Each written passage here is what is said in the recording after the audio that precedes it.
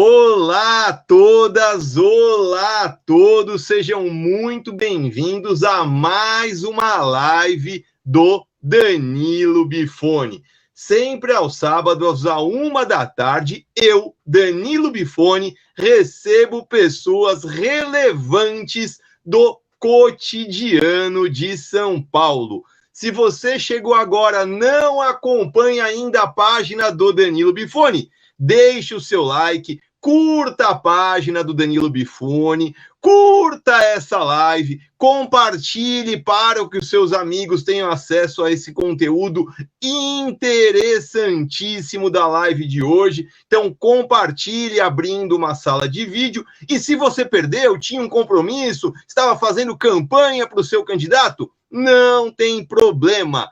A partir de amanhã, esse conteúdo estará disponível no canal Danilo Bifone do YouTube. Basta acessar o canal, se inscrever e ativar o sininho. O meu convidado de hoje é o Anderson Sena Barnabé. Ele é biólogo, doutor em epidemiologia pela USP, é especialista em bioestatística e também trabalha como epidemiologista na Secretaria Estadual de Saúde de São Paulo, além de ser professor universitário da Unixul. Seja muito bem-vindo, Anderson. É um prazer imenso recebê-lo aqui no canal Danilo Bifone. E já vou começar, então, fazendo uma pergunta muito importante, Anderson. Como surgiu esse vírus? A gente tem a notícia de que surgiu de hábitos anti-higiênicos, de consumo de morcego num mercado na China, e aí a gente teve aquela história de fake news, que teria sido um vírus criado, então, pela China com a intenção de dominar o mundo. Qual é a real justificativa para esse vírus, segundo os epidemiologistas?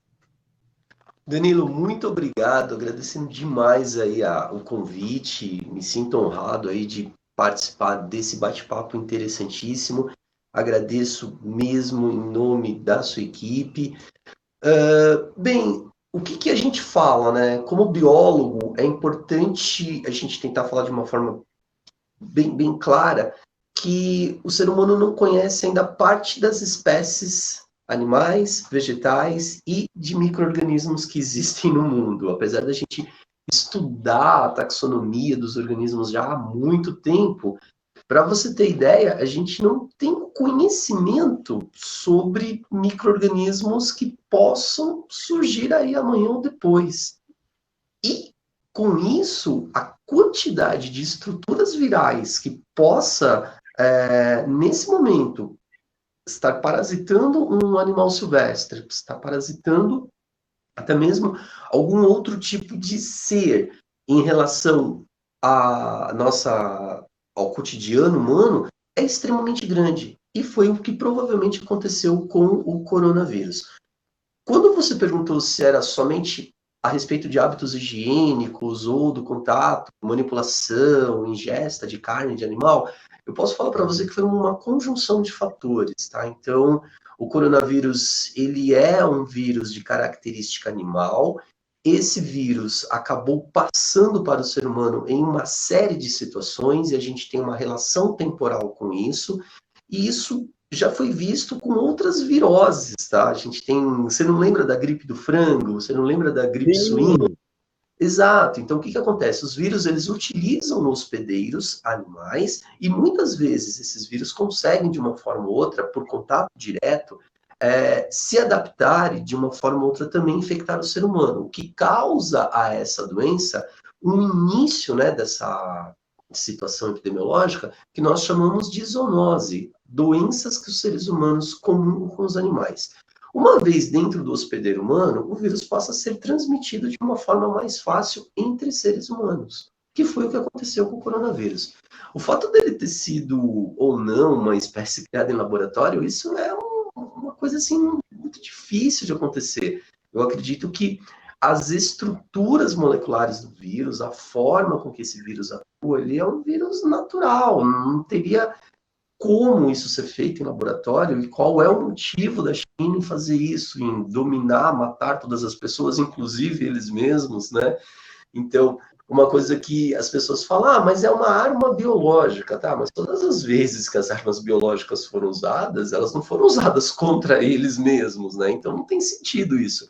Eu acho que isso é só mais uma das fake news a despeito das milhares de fake news que transitam aí com essa doença. Uma coisa que é importante a gente falar, que a gente vai conversar também ao longo desse bate-papo, é que sim, o coronavírus é uma doença séria, o coronavírus é uma doença que hoje representa talvez a maior emergência sanitária do mundo e que nós não podemos relaxar com as medidas preventivas. E Anderson, voltando a esse assunto da questão do vírus ter sido criado, como epidemiologista, como biólogo, o vírus teria deixado, se fosse o caso de ter sido criado, teria deixado algum rastro, alguma coisa que os pesquisadores conseguiriam ver ali naquela molécula, ou ela se igualaria às demais? Provavelmente, como o vírus é uma estrutura razoavelmente simples comparado com organismos superiores, você tem sim marcadores que você poderia entender, principalmente em relação a transições das moléculas relacionadas ao seu material genético, mas isso aí já foi refutado, entendeu? Então, quando se fala que ele era um vírus natural e que por uma infelicidade, um conjunto de infelicidades, acabou transformando-se nessa grande pandemia, ele já foi analisado praticamente todo o seu material genético e já verificaram até mesmo as diferenças gênicas das cepas que circulavam na Ásia, das cepas que circulavam na América Latina, e isso é totalmente irrefutável. Existe sim a forma de você analisar o material genético do vírus, fazendo comparações, inclusive, com vírus das mesmas famílias, né, do SARS, mas isso já foi feito, principalmente quando, ali em meados de março, abril, que a gente viu aquela grande epidemia que transformou-se numa pandemia, principalmente na Europa, os pesquisadores que consequentemente trabalhavam com serviços de saúde pública dos seus respectivos países já, de uma forma muito rápida, refutaram essa ideia.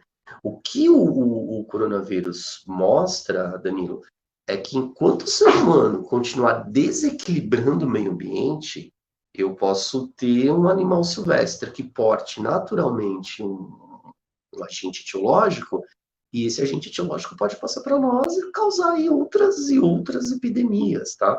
Então, assim, todas as epidemias relacionadas a doenças infecciosas têm um fundinho associado a um desequilíbrio ambiental.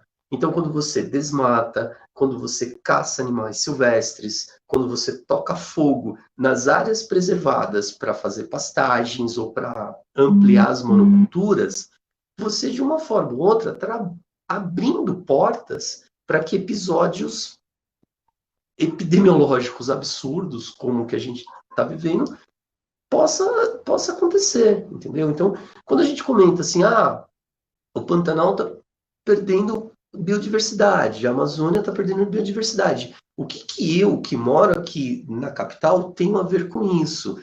Tudo, porque quando você tem aí essas situações absurdas de desmatamento, de queimadas, de invasão de terras, você, de uma forma ou outra, tem contato com animais e, consequentemente, seus micro-organismos, os quais muitos deles a gente nem conhece. Então, dentro de um inseto, ou dentro de um primata, ou dentro de um animal, mamífero qualquer, a gente pode ter aí um agente etiológico até mais letal do que o próprio coronavírus. E foi o que tem acontecido na China. Isso é um reflexo que essa desregulação ambiental e esse descaso do ser humano com o meio ambiente pode trazer consequências muito sérias. Essas consequências estão aí. Se você quer saber a origem do coronavírus, foi consequentemente de desorganizações e de desrespeitos ao meio ambiente que já vem acontecendo no mundo como um todo. E quando a gente fala isso aqui no Brasil, a gente tem que se atentar que nós somos um país tropical. A carga microbiana, a carga viral, a carga de protozoários que tem em decorrência das condições climáticas que favorecem eles é muito maior. Então a gente tem aí um risco iminente de viver novas epidemias futuramente, se a gente não tiver políticas públicas em relação à preservação do meio ambiente e à saúde ambiental. Porque eu falo isso em decorrência de você poluir lagos, rios, represas e o nosso mar. Eu falo isso em decorrência do despejo inadequado de lixo. Eu falo isso da caça, comércio e tráfico de animais silvestres. Então, é toda uma sequência de fatores que vão descambar no impacto à nossa saúde. Tá ótimo, Anderson. Inclusive, você acabou de falar em políticas públicas. A gente vem aí de um índice alarmante de mortes. Estamos chegando aí a 170 mil mortos. E a gente teve um chefe do executivo que relativizou o risco da pandemia. Então, no primeiro momento, era uma gripezinha. E agora, num segundo momento, isso é só uma conversinha, a gente está com risco aí de uma segunda onda. Em contrapartida, governo do estado e governo dos municípios criaram hospitais de campanha, inúmeros leitos que depois acabaram sendo até subutilizados. O que houve com essa subutilização? Por sorte, nós não chegamos a um índice de contágio esperado. Temos o risco de ter essa nova onda voltando agora e os hospitais estão desmobilizados. Como é essa questão entre governo do estado e governo federal? Tá. Respondendo às suas perguntas, realmente a forma com que o governo federal a forma com que o governo federal manejou a situação foi péssima. Péssima. O governo federal em nenhum momento acreditou ou quis fazer a população acreditar que o coronavírus era uma doença séria. Tá? Você vê uma guerra política absurda que envolve aí a epidemia do coronavírus no Brasil. Você vê, de um lado, pessoas apoiando o uso de medicamentos que não estavam tecnicamente aprovados e estatisticamente comprovados como eficazes ao coronavírus. E quando determinados políticos falaram, use remédio A, o que as pessoas iam imaginar? Não vou usar máscara, não vou lavar as minhas mãos, e se eu pegar, eu tomo remédio, e beleza. Só que isso foi um absurdo, porque a gente ficou no meio de uma guerra política, e aí você tinha a atenção primária, governos estaduais e municipais falando uma coisa, e o governo federal simplesmente falando outra, né? Então a gente acabou ficando perdido. Isso foi um dos fatores que fez com que o Brasil fosse o epicentro na América Latina do coronavírus. Nós estamos, infelizmente, transitando aí para um número absurdo de 170 mil óbitos. E o que a gente tem que fazer hoje? A gente tem que pensar que essa doença é relevante, que essa doença tem uma taxa de letalidade alta e que essa doença já acometeu uma grande parcela da nossa população brasileira. Infelizmente, não podemos, do ponto de vista estatístico, ter certeza do número de infectados, do número de suscetíveis, do número de recuperados. Tudo que está sendo feito com bases em estatísticas locais. Em São Paulo tivemos tantos casos, mas e o quanto de pessoas assintomáticas que pegaram, transitaram, se curaram, transmitiram e nem ficaram sabendo? Então a gente tem essa situação absurda. Mais uma vez eu volto a falar que foi uma falta de perspectiva política para com a atenção da população mediante o governo federal. Se o governo federal tivesse deixado de lado suas próprias menções, suas próprias teorias, e tivesse dialogado com governos e municípios, talvez a gente não tivesse enfrentado a epidemia da forma que enfrentamos, de uma forma totalmente errada do ponto de vista epidemiológico. Nós não tivemos nenhum tipo de auxílio para os empreendedores. Aí você vai falar, mas nós tivemos aí um auxílio de R$600. Quantas mil pessoas tentaram resgatar esse auxílio e não conseguiram?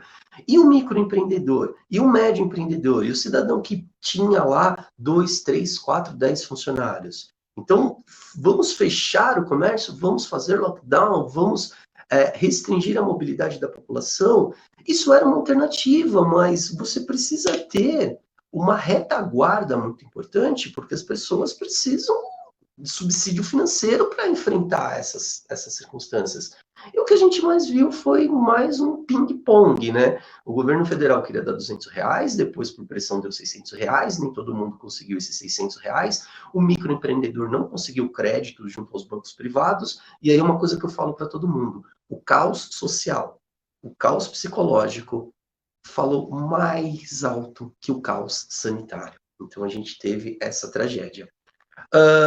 Com um ligeiro, porém estatisticamente significativo, declínio do número de casos e do número de mortes, a gente realmente precisou flexibilizar as medidas associadas aí à quarentena. Isso era de se esperar, foi assim no mundo todo. Só que o que nós observamos? A gente tem ainda uma tendência a verificar que não que a gente esteja numa segunda onda, eu acredito que essa segunda onda sobressai a primeira onda, eu acredito que a gente ainda continuou naquele platô e, consequentemente, a gente observa, né? Isso é o que a gente fala em epidemiologia de diagrama de controle. Uma epidemia progressiva, que ela é duradoura, ela não tem um declínio, como a gente vê nas epidemias explosivas, e a mídia mostra, né, aquela curva, aquela curva, aquela curva, mas a característica epidêmica do coronavírus, ela está sendo mais de progressão, então a gente tem que acompanhar os decréscimos da curva num diagrama de controle.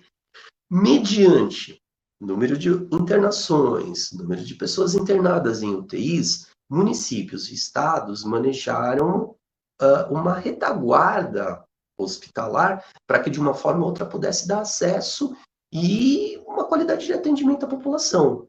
É óbvio também que teve vários problemas com isso, porque você não consegue montar uma estrutura gigantesca dessa forma em pouco tempo, organizadamente. Então, você precisa de dinheiro, você precisa de mão de obra, você precisa de especialistas, você precisa de pesquisa e você precisa de retaguarda e uma comunhão dos três poderes, município, estado e governo federal, falando a mesma coisa. Cada um fala uma coisa e quem é que sofre com isso? Eu, você, minha esposa, nossa família, porque a gente, de uma forma ou outra, acaba sucumbindo às políticas públicas, muitas vezes degringoladas, associadas aí ao manejo da epidemia. Tá ótimo. Inclusive, essa questão gerou até polêmica. Recentemente, a gente teve o chefe do executivo comemorando a morte de um dos voluntários da vacina Coronavac, que infelizmente veio a falecer, mas foi constatado que foi por uma questão pessoal, uma questão de um suicídio, e isso interrompeu em mais alguns dias essas pesquisas. Em que pé estão essas pesquisas? A gente pode confiar nessa vacina? Como o brasileiro médio vai ter uma perspectiva em relação ao Coronavac e até mesmo às outras vacinas? Danilo, um ponto importantíssimo, né? Depois da guerra cloroquina, começou a guerra vacina. E Só te interrompendo, Anderson, nesse meio tempo, além da guerra cloroquina, veio aquele absurdo do ozônio intraretal, né? Que a gente tem que lembrar. Pois é, exatamente. Eu gosto de falar em epidemiologia, nós temos um cálculo estatístico chamado NNT, número necessário a tratar. E uns estudos muito preliminares, mas é uma coisa até que relativamente simples, eles verificaram que o número necessário a tratar de pessoas com coronavírus em estado grave com cloroquina era muito alto. Então, o que isso falava? A cloroquina ela até tinha efeito de recuperação, assim como outros antimicrobianos que foram testados, mas em pessoas que não estavam em estágio mais avançado da infecção. Então, esse NNT, número necessário a tratar da cloroquina, era altíssimo. Então, não havia necessidade de você divulgar aquela panaceia curativa. Não houve isso. E o que aconteceu? Ao ser falado isso, os apoiadores e a própria população, muitas vezes angustiada com o problema, correu aí às farmácias e drogarias e se entupiu de cloroquina, pegou as máscaras e falou, dane-se, eu vou voltar para a minha vida cotidiana. Então a gente volta a falar do caos social e psicológico que também assoberbou isso aí. Depois que realmente verificaram que essa história era uma balela, essa história da cloroquina derrubou 2 ministros da saúde, e a gente ficou um bom tempo no meio do maior problema de saúde pública da nossa era, sem ministro da saúde. Nós temos agora que convencer a população que a vacina faz bem. Engraçado, né? Em 1904, teve uma revolta popular porque Oswaldo Cruz tentou impor a vacinação obrigatória contra a varíola. As pessoas quebraram a cidade do Rio de Janeiro, teve até mortes. Eu falei, gente, nós estamos vendo uma nova guerra da vacina. Como que eu ia acreditar que em 2020 eu precisaria convencer pessoas que vacinas fazem bem? Mas é uma vacina chinesa. Então aqui a gente já está colocando nossas perspectivas políticas acima de um bem-estar comum. A vacina ela pode ser chinesa, pode ser alemã, pode ser inglesa, pode ser baiana, pode ser mineira, pode ser pernambucana, pode ser de onde ela for. Vacinas são produzidas com uma seriedade tecnológica muito grande. Vacina é o ápice daquilo que nós chamamos de biotecnologia. E olha que interessante.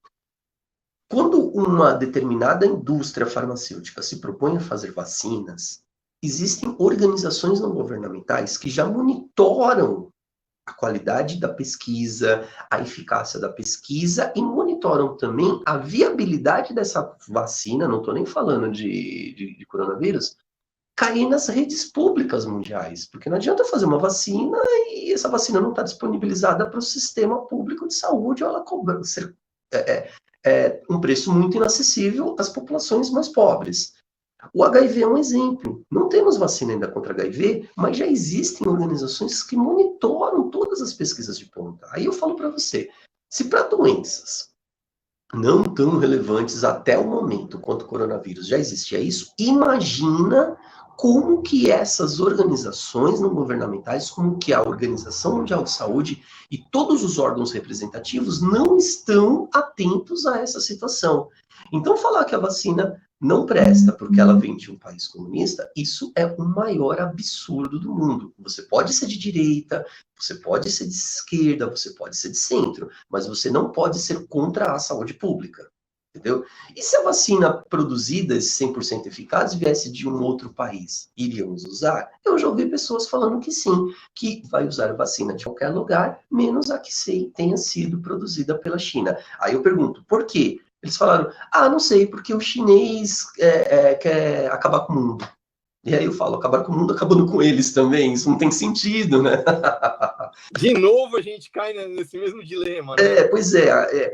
Eu falo que nos anos 80, né, o auge da Guerra Fria era Rússia e Estados Unidos, agora é Estados Unidos e China, né? Quando é que vai chegar um final isso? A gente vive um retrocesso político, social, mental, a gente vive um retrocesso. Eu achava que nos anos 2020 a gente estaria tão evoluídos do ponto de vista científico, tecnológico, e hoje a gente tem que falar para pessoas adultas, não estou nem falando da minha filhadinha de 2 anos, que vacina faz bem, entendeu? E a gente já tem sendo dado pelo SUS há anos vacinas que já foram produzidas pela indústria farmacêutica chinesa, né?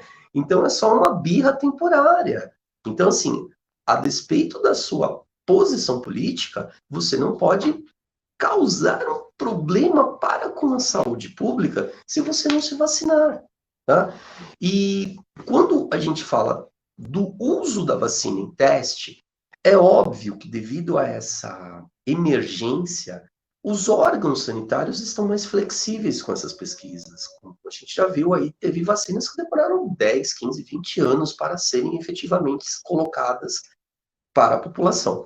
Só que a gente não tem como esperar 10, 15, 20 anos em relação ao coronavírus. Então, está tendo flexibilizações, sim, e os estudos a respeito das funções de todas essas vacinas são feitos como que nós chamamos de estudos de corte, randomizados, duplo cego. Vou deixar essas terminologias mais fáceis.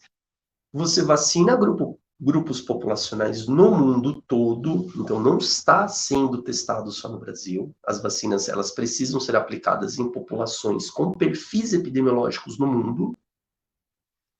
O mesmo grupo que a gente chama de grupo controle, toma um placebo. O que é o placebo? É uma substância sem nenhum efeito farmacológico, e essas pessoas são colocadas no seu cotidiano, obviamente, para verem se elas aumentam as taxas de anticorpos e, consequentemente, não pegam a virose. Fim. Isso é um estudo de corte. Efeitos colaterais. Uma das importantes ações desse tipo de estudo é ver se uma vacina dá efeito colateral. Alergia, prurido, coceira, ou um efeito colateral um pouco mais grave. Mas analisar o efeito colateral faz parte do processo e é uma parte extremamente importante.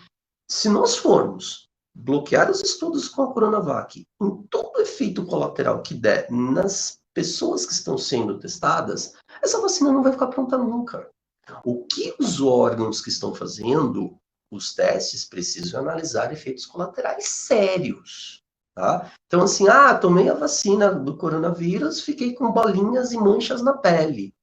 Cara, se a Anvisa for fazer isso, a gente não vai avançar nunca. Essa vacina vai ficar pronta em 2030.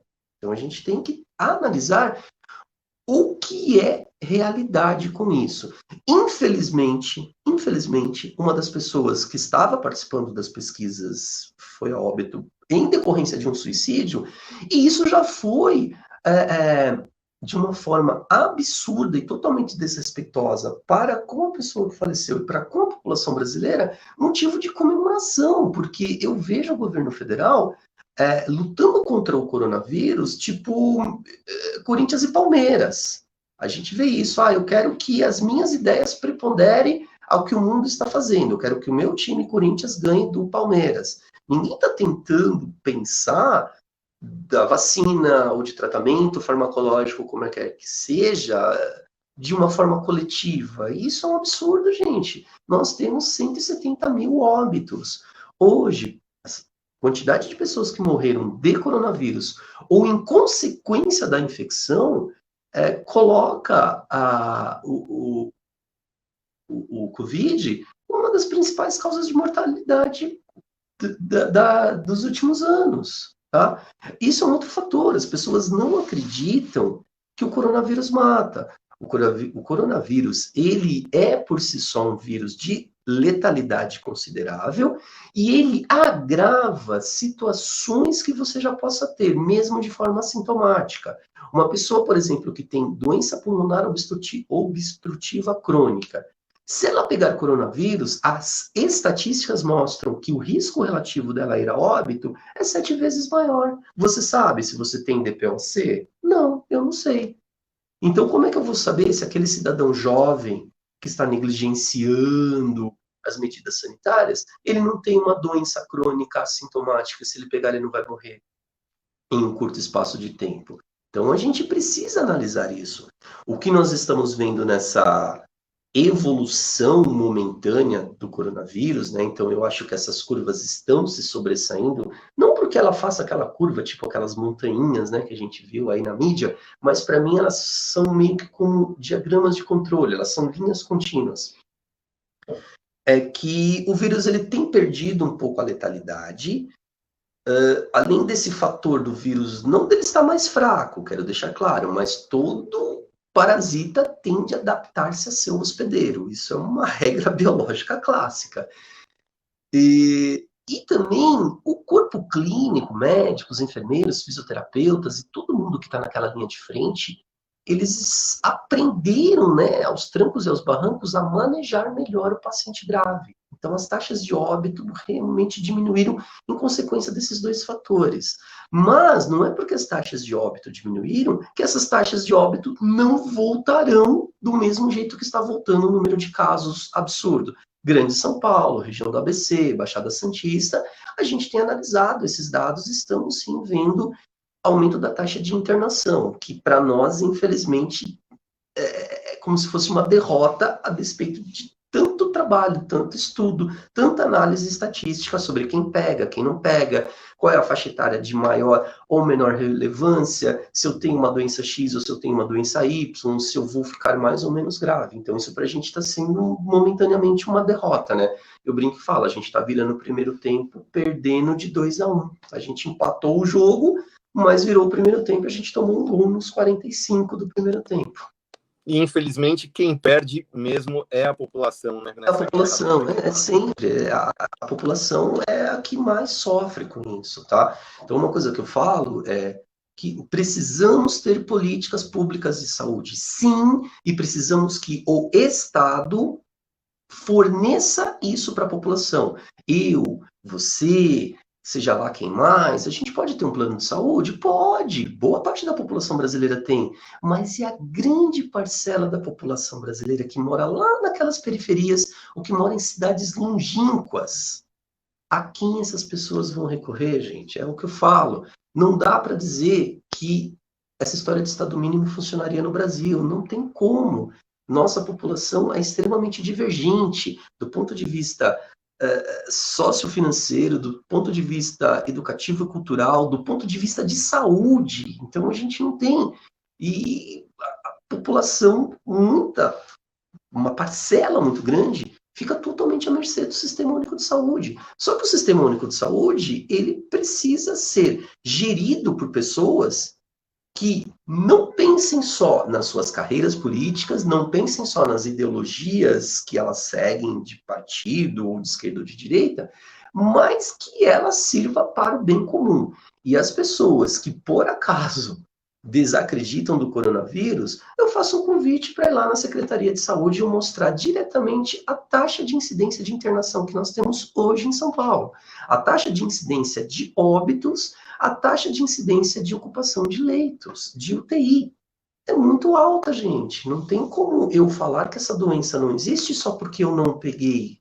Essa doença existe, é séria e ela vai, infelizmente, ainda continuar um tempo conosco. Tá ótimo. Você que chegou agora, tá acompanhando, pegou pela metade essa live maravilhosa com o professor Anderson Sena Barnabé. Não tem problema. Deixe o seu like agora, curta a página do Danilo Bifone, compartilhe esse conteúdo e se perdeu, basta ir no canal do YouTube. A partir de amanhã, todo esse conteúdo estará disponível. É só se inscrever no canal e ativar o sininho.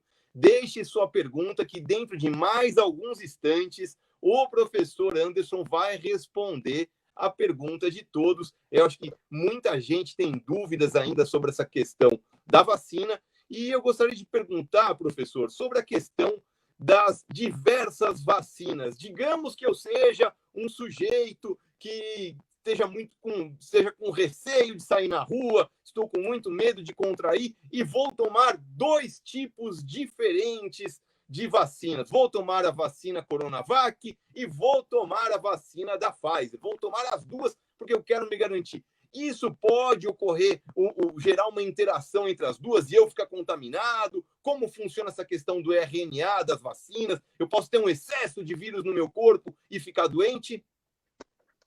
Isso é legal, Danilo, porque assim, o que vai acontecer é que quando essas vacinas estiverem prontas e elas têm mecanismos de ações distintos, mas uma finalidade comum, que é aumentar as taxas de anticorpos e memorizá-los, né? Essas vacinas elas vão ser dadas dentro de um calendário, tá? Então, assim, você não chega no posto de saúde e fala, me dá uma vacina aí, não é assim. As vacinas, elas têm uma ordem de aplicação e ela tem um intervalo de tempo entre essas doses, tá? Eu não posso chegar com uma criança recém-nascida e falar, dá todas as vacinas do calendário vacinal hoje. Não, isso não existe. Acredito que, independente das formas e dos mecanismos de ação que as vacinas vão desenvolver junto ao nosso sistema imunológico, essas vacinas vão estar dentro desse calendário e aí, obrigatoriamente, a população deverá tomar as vacinas dessa forma. Vai ter pessoas que vai querer tomar 2, 3, 4 doses? Vai. Isso é fato. Você lembra quando tivemos uma microepidemia de febre amarela? As pessoas queriam tomar 3, 4 doses porque a mídia falava que a febre amarela matava. Vai acontecer a mesma coisa e cabe aí a atenção primária, eu volto a falar da importância do Sistema Único de Saúde, né? A atenção primária, ela vai ter que manejar esse quadro. Primeiro, porque a gente não vai ter, de primeiro momento, um lote vacinal assim tão grande que dê para cada um tomar 2, 3, 4 doses. E dentro dos estudos de corte que nós falamos há pouco, que eles são randomizados, eles já pressupõem essas interações farmacológicas. Então, assim, eu vi lá no meu grupo de WhatsApp que se eu tomar vacina e tomar chá de boldo, melhora. Então, eles já vão fazer uma série de pesquisas com essas interações. Isso é verdade. Qualquer remédio, quando ele é lançado no mercado, os pesquisadores, os epidemiologistas, eles já analisam também eventuais interações que isso pode acontecer. Então, eu acredito que dentro desse contexto, se a pessoa toma 2 doses da vacina A com a vacina B, não vai ter um efeito colateral mortal, né? Em relação a efeitos colaterais, mutações, isso, gente, é um fator extremamente analisado dentro do processo farmacológico. Então, a única coisa que está acontecendo é que, devido a essa situação atual, as pesquisas estão em processos aceleradíssimos.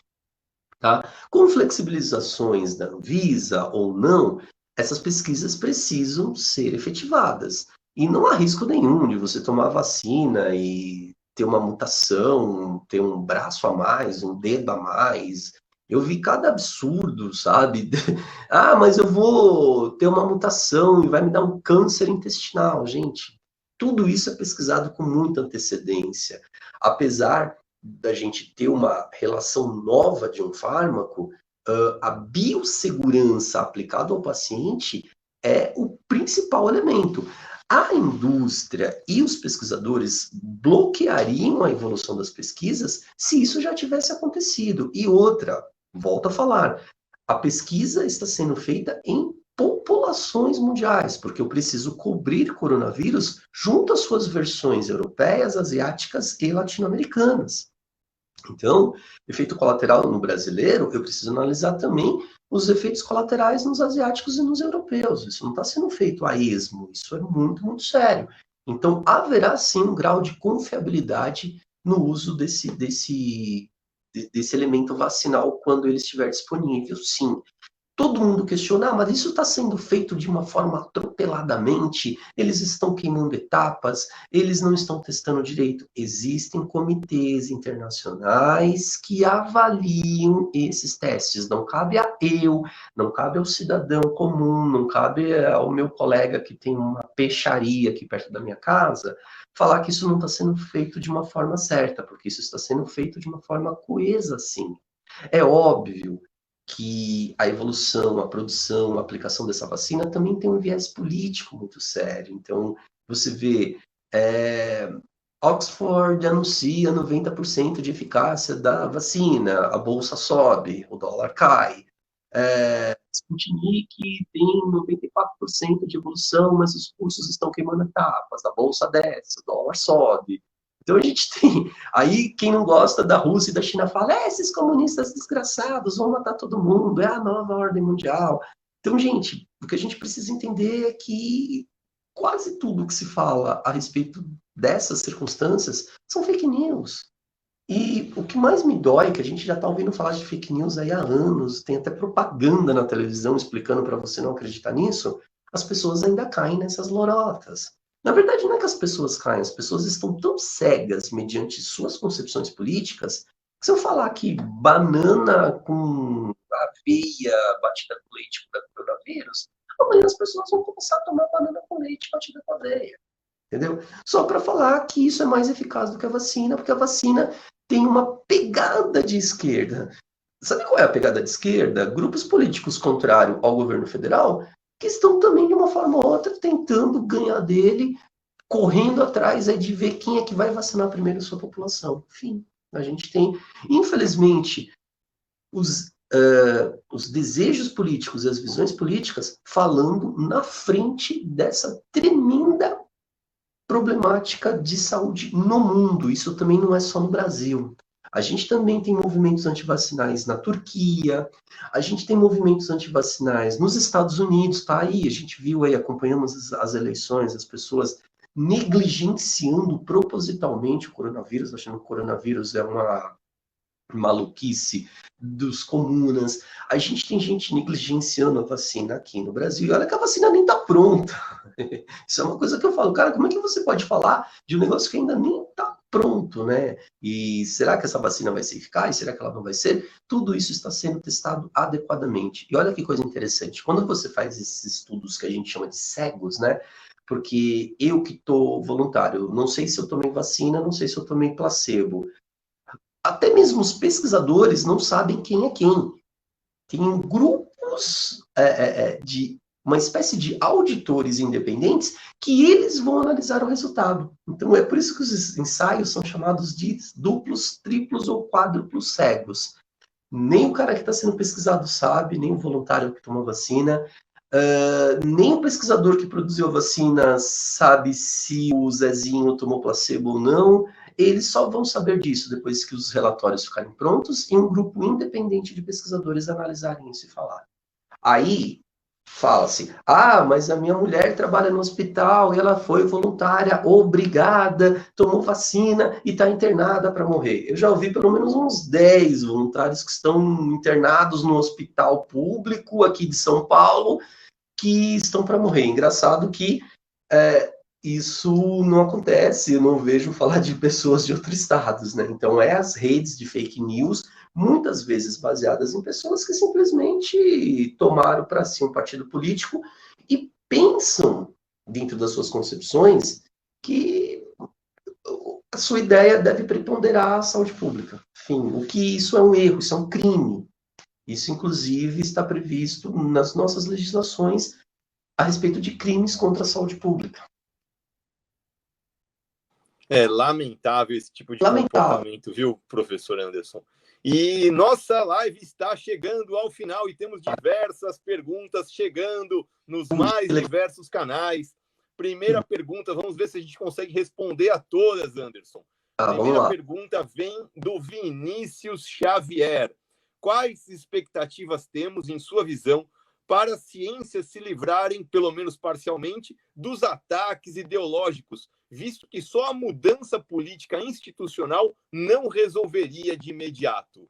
Vinícius, ótima pergunta. Eu acho que os canais de veiculação de informação, e aí eu estou falando das redes sociais, eu estou falando do WhatsApp, eu estou falando da internet, elas deveriam ter regras mais específicas e, de uma forma ou outra, uma legislação mais eficiente e assertiva. O fulaninho divulgou fake news. Até esse fulaninho sofrer algum tipo de sanção, isso demora muito. Então, nessa aí, ele já divulgou essa fake news para 200 milhões de pessoas. Então, eu acho que, de uma forma ou outra, cabe, infelizmente, a essas empresas. Mas a gente também precisa saber qual é o interesse, né, desses veículos de comunicação, principalmente das redes sociais, em fazer isso. Porque aí a gente vai ter aquela velha guerra, né? O WhatsApp me bloqueou porque eu espalhei uma fake news. Mas não era a minha opinião, é o meu direito de se expressar. Cara, você pode falar o que você quiser, desde que você não ofenda o cidadão que está ao seu lado, entendeu? Então, você não pode falar uma mentira. Eu não posso falar que a vacina faz bem ou faz mal, sendo que ela ainda está em fase de teste. Eu não acredito isso. Mas agora nós estamos tendo pessoas sendo julgadas e, de uma forma ou outra, sendo sancionadas por terem espalhado fake news. Mas olha o tempo que demora entre você descobrir que o Zezinho escreveu uma fake news e que ele vai ter aí algum tipo de sanção. E qual é o tipo de sanção que ele terá? Então a gente tem essa dificuldade aí. Esse é o lado ruim das redes sociais, né?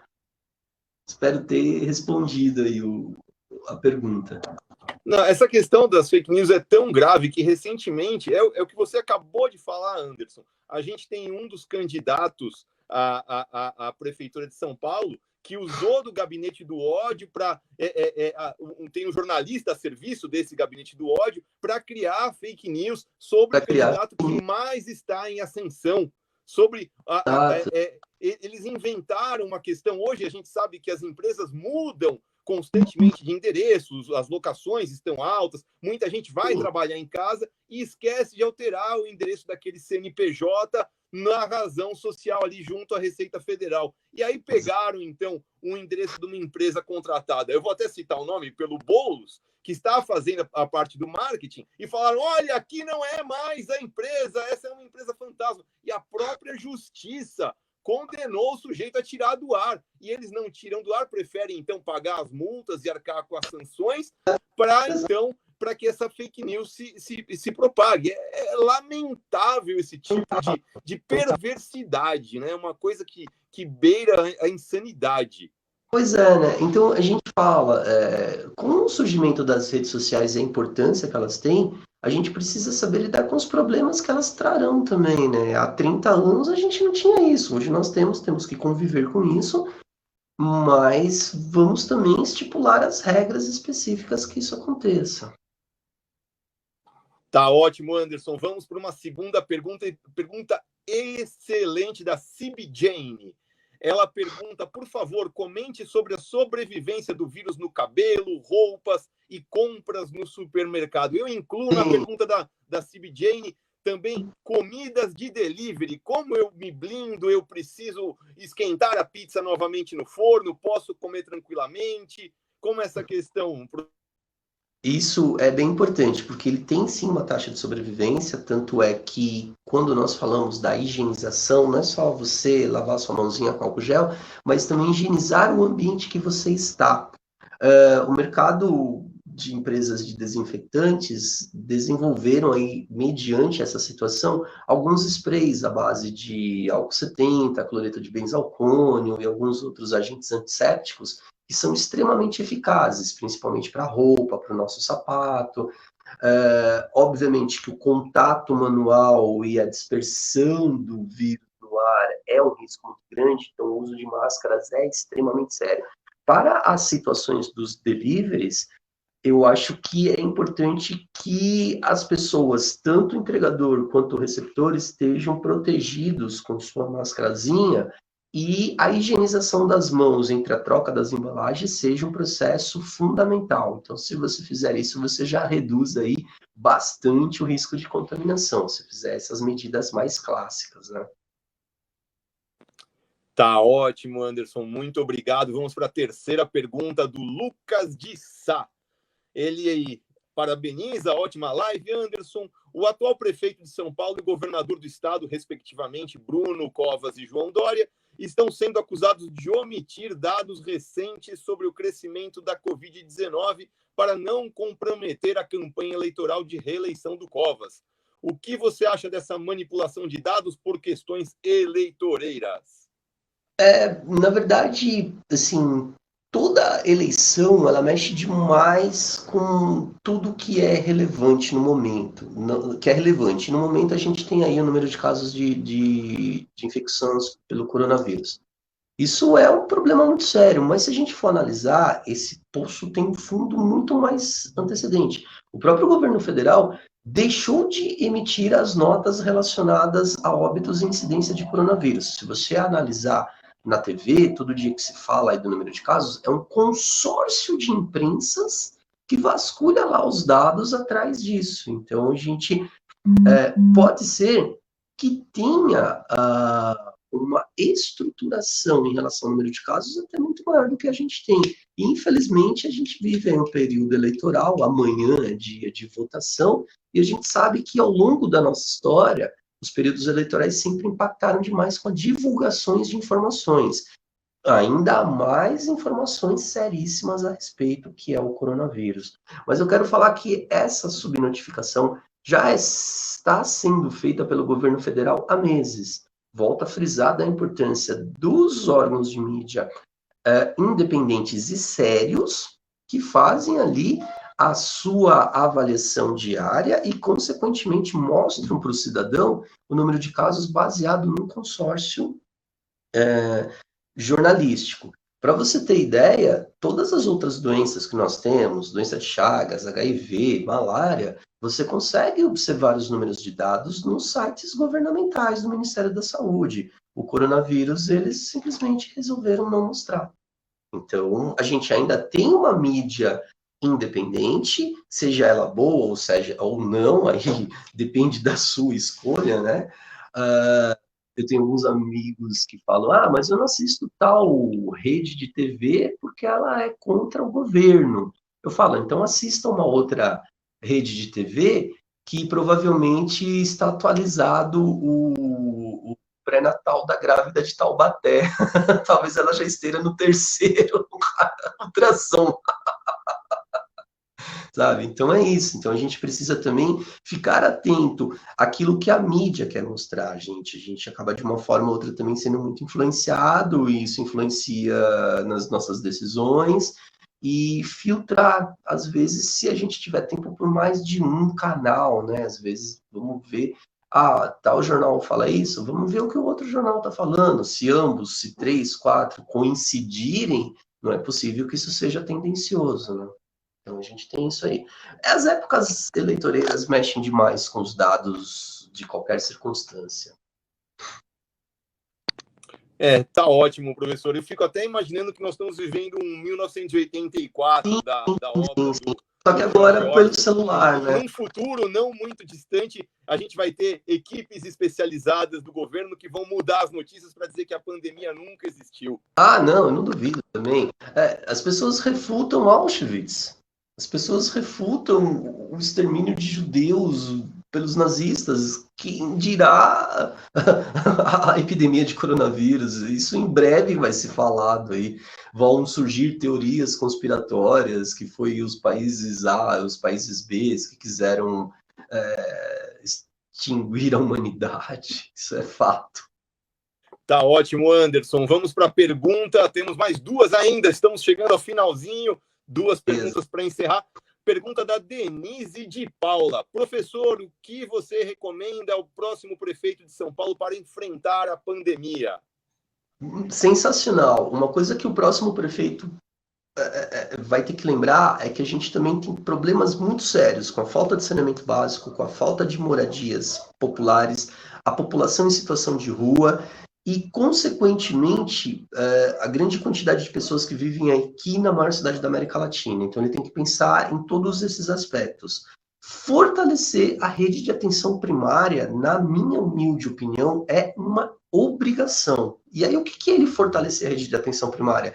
Que a UBS perto da sua casa tenha médico, tenha enfermeiro, tenha farmacêutico, tenha uma forma de te atender quando você tiver sinais e sintomas precoces do coronavírus ou de qualquer outra doença, que o serviço de controle de zoonoses controle a população de Aedes aegypti, porque a gente também convive com dengue, zika e febre chikungunya, que a população seja educada do ponto de vista de saúde pública a cuidar dos seus problemas, tais como obesidade, tais como abuso de álcool, tais como uma série de outras doenças que, em conjunto, agravam esse quadro. Então, na minha opinião, seja o prefeito que for, e eu espero que seja o que eu vou votar amanhã, que ele tenha uma atenção muito séria à atenção primária. E a atenção primária, eu estou falando da UBS lá perto da sua casa, que ela tem um remédio que o médico te prescreva, que você não demore 2, 3 horas para ser atendido numa consulta e que ela seja resolutiva. Não é você ir lá, eu acho que estou com coronavírus, tal. Não, vamos acompanhar o cidadão que precisa do SUS ao longo de um período de tempo para que ele não venha cair nesses quadros de morbidade que a gente tem. Então, se eu pudesse pedir para alguém fazer alguma coisa, eu ia pedir, cara, não descaracteriza a atenção primária no município de São Paulo. A gente tem uma atenção primária e ela precisa melhorar. Tá ótimo, Anderson. Já dando até um spoiler de umas próximas lives nossas, a gente já tem escolhido um professor da Faculdade de Medicina. Ele é especialista em saúde da família. Ele vai falar conosco. Não, me chama que eu quero assistir, hein? Pode deixar que eu envio o link. Chegando, inclusive, pegando o gancho que você falou de bons hábitos, obesidade, e uma pergunta sobre tabagismo, da Carlinha Alves. Fumantes correm maior risco de infecções pela Covid-19? Qual o tempo de incubação do vírus? E ela agradece a sua live, professor Anderson. Obrigado. Amo essa mulher de paixão. Os tabagistas, não que eles fiquem mais suscetíveis ou mais resistentes. O grande problema do cidadão que é fumante crônico é que ele já pode ter outras comorbidades do trato respiratório e uma vez com o coronavírus, isso aumenta suas, vamos imaginar assim, seu quadro clínico. Ele piora seu quadro clínico. Então, ele tem mais chances de ter sequelas agressivas, tá? Principalmente doença pulmonar obstrutiva crônica, enfisema e outras situações voltadas aí ao abuso da nicotina. O período de incubação que você tem, nós temos um quadro, infelizmente não dá para mostrar para você. Ele é um período largo que volta ali por volta dos seus 14 dias, mas qual é o grande problema? A gente não sabe real a data da infecção do cidadão. Quando ele começa a manifestar sintomas, qual foi o período prévio às manifestações clínicas, né? E se nesse período assintomático, ele também já não poderia, de uma forma ou outra, disseminar a doença por aí. Então, a gente tem uma situação ambígua em relação a essa questão, tá? Então, os fumantes, eles não ficam, teoricamente, mais ou menos suscetíveis, mas nem resistentes, mas os seus quadros associados a problemas pulmonares que possam ocorrer de forma sintomática, esse sim, em conjunto com o coronavírus, agrava o quadro. Tá ótimo, professor Anderson. Última pergunta aos 45 do segundo tempo. Ela nem vai aparecer na tela. Você chegou aqui por WhatsApp. Pergunta da minha tia. Tá. Ela pergunta: imunidade de rebanho. Se eu peguei coronavírus, eu posso pegar de novo? Estou suscetível novamente a um novo contágio? Olha, o que aconteceu? Foi notificado aqui, se eu não me engano, em Ribeirão Preto, uma pessoa que teve uma infecção dupla em relação ao coronavírus. Pegou, se curou e pegou novamente.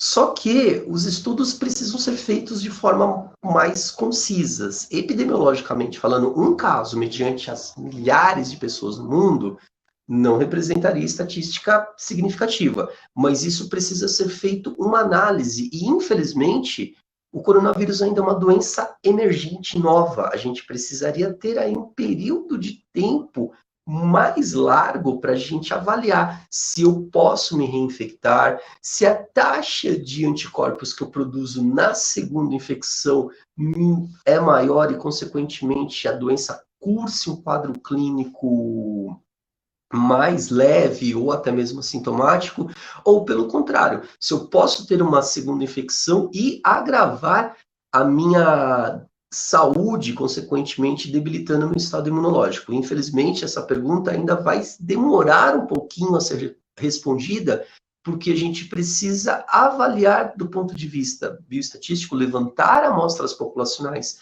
de pessoas que já tiveram, dosar as taxas de anticorpos, verificar se esses anticorpos se distribuíram num processo de dupla infecção e assim vai. Infelizmente, essa resposta, assim, na lata, a gente ainda não tem como responder. Tá ótimo, professor Anderson. Eu agradeço novamente a sua participação. E se você perdeu essa live, não tem problema. Basta ir no YouTube, se inscrever no canal Danilo Bifone e ativar o sininho. Hoje eu tive a grata satisfação de conversar com o professor doutor Anderson Sena Barnabé sobre o panorama da Covid-19 e as perspectivas de vacina para um ano vindouro. Eu agradeço muito a sua participação e se tiver que sair de casa, não se esqueça da máscara e não se esqueça de muita consciência na eleição do seu candidato amanhã. Muito obrigado, professor. Até logo a todos e nos vemos no próximo sábado em mais uma live do Danilo Bifone. Até mais. Eu agradeço.